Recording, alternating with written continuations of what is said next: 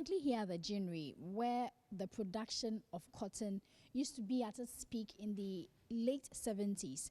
Now, what is left of this factory is just beds, a lot of them.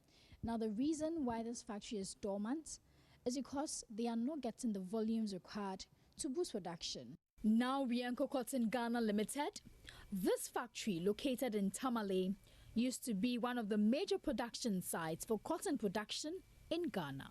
The agricultural commodity producing company, Ghana, took over the then Ghana Cotton Company Ltd in 2011, which was facing some challenges. Years down the line, and the story is no different for Vienco. Chief Accountant Aliu Basha Mohammed tells me how a decline in seed cotton supply is crippling their business. Once the farmer is not making money, that particular farmer will not be motivated to do the production.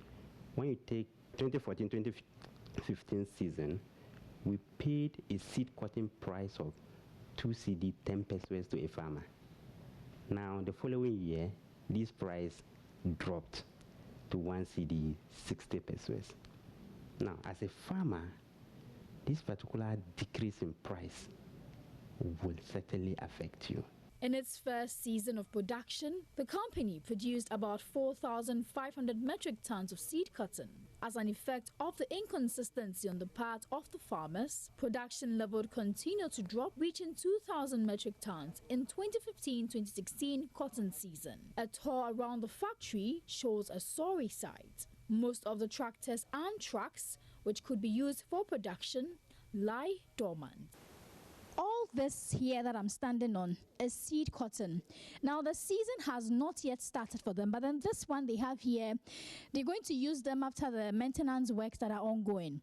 Now on a good day or during their peak season, they have about 7 warehouses and they are filled to the top with seed cotton.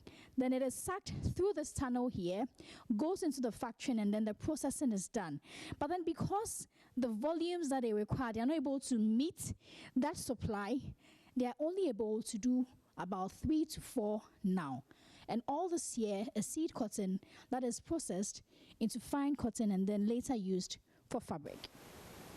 For the machinery and equipment for production, the company has it all. All it needs is the adequate supply for production. The month of October is the cotton season, and by now, farmers should be picking and presenting their seed cotton to the company. However, the season looks dry now. General Manager of Ghana Cotton Ghana, Chief Ibrahim Zingna, recalls how vibrant the factory used to be. So normally when cotton arrives at the ginnery, we have the weigh bridge. The vehicles have to go to the weigh bridge just for us to cross-check and see the weight. Then after weighing, it comes to the ginnery. It goes under the telescope. Then we have some pneumatic fans that sucks the cotton from the vehicle into the jeans. And then when it comes, because there are some foreign particles in the cotton seeds, we have object, or should I say a machine. That's the separation. It's try to separate and then remove the unwanted particles that are within the seed cotton. And then in the jeans, we have the upper section, which is the feeder, that tries to do more cleaning of the seed cotton before it gets to the jean itself. And when it gets to the jean, that's where the separation takes place. We have the seeds and we have the fiber. Although not enough, the company gets its raw materials from a few farmers in the Upper West and Upper East regions. As a way of increasing its raw materials, the company has started its own cotton farm. This 5-hectare piece of land is expected to produce some tons for production. So this is the cotton plant. This is how it looks. I don't know why I always imagined it a big tree. But then when the ball opens, this is how it looks. And so the cotton is picked out like this. It's hand-picked. And that is a lot of work for the farmers. So this is what it goes through. And then you get your fine cotton. Processing is done and then the seeds are taken out. Cotton production expanded rapidly in the early and mid-1970s, reaching 24,000 tons in 1977, but fell back to one-third of this figure in 1989. As part of plans to improve the cotton industry, the late President John Evans Atta Mills launched the Cotton Sector Revival Strategy, also known as the White Gold Project. However, it did not succeed. Executive Director of the Cotton Development Authority, James Weir, explains why. The companies and government came together to say that, look, we want to have a stop of this mess. So let's come up with something called zoning. So zoning was piloted in 1999. And then in 2000, 2001, it was established. So the whole production area was zoned to all the companies. Now, in trying to zone the production area, some of the companies fell out. Because they initially were not investing in the cotton sector, but they just used to go and buy cotton. So now that they have to get an area to produce, they felt it was better to just stop.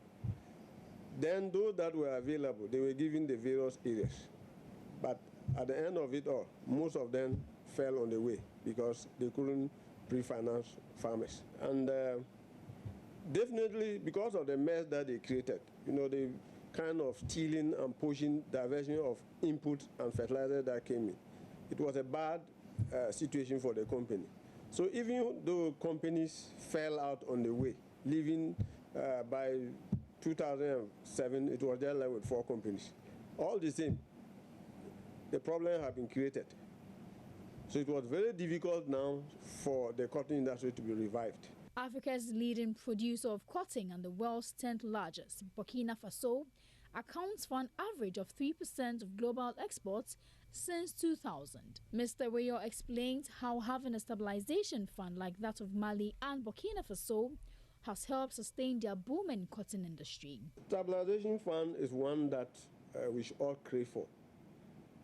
In all the countries that you see cotton doing well, they all have backup funds or stabilization fund that in case the world market drops, the farmer definitely is going to take lower money because the local price will also drop. Government comes out with that stabilization fund to cushion the farmer.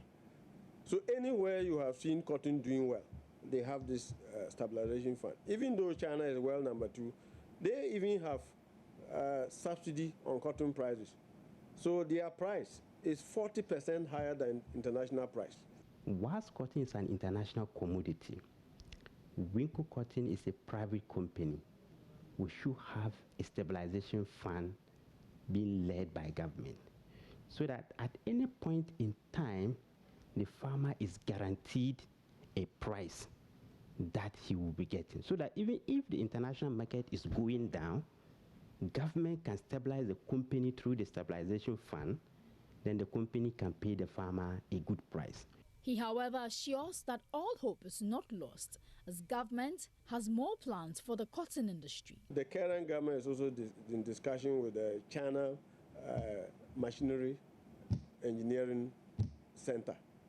They are also interested in bringing in machinery that can be used by the cotton farmers to help in land preparation, spraying, and other agronomic measures. For Ghana, he believes the solution will be the enforcement of strict regulations in the sector. Government should put in place a regulatory body. That was the first thing. So government felt that it was a good advice. So they went back to revisit their old Cotton Development Board and said that, well, let's go back and take the Cotton Development Board Act. By then, after some time, Cotton Development Board became Cotton Development Authority. So let's go and take the Cotton Development Authority Act and see whether we can amend it to suit our current purpose. So now that they went for it, we had to send it to Attorney General for the amendment to take place. And by the end of 2016, of course, the government was off. A new government came, but the minister sent the Amendment Act to Attorney General. Since then, it has been forth and front. Well, until the act is passed, perhaps Ghana will only have memories of the once booming cotton industry to live on with. For Joy Business, Karen Dodu.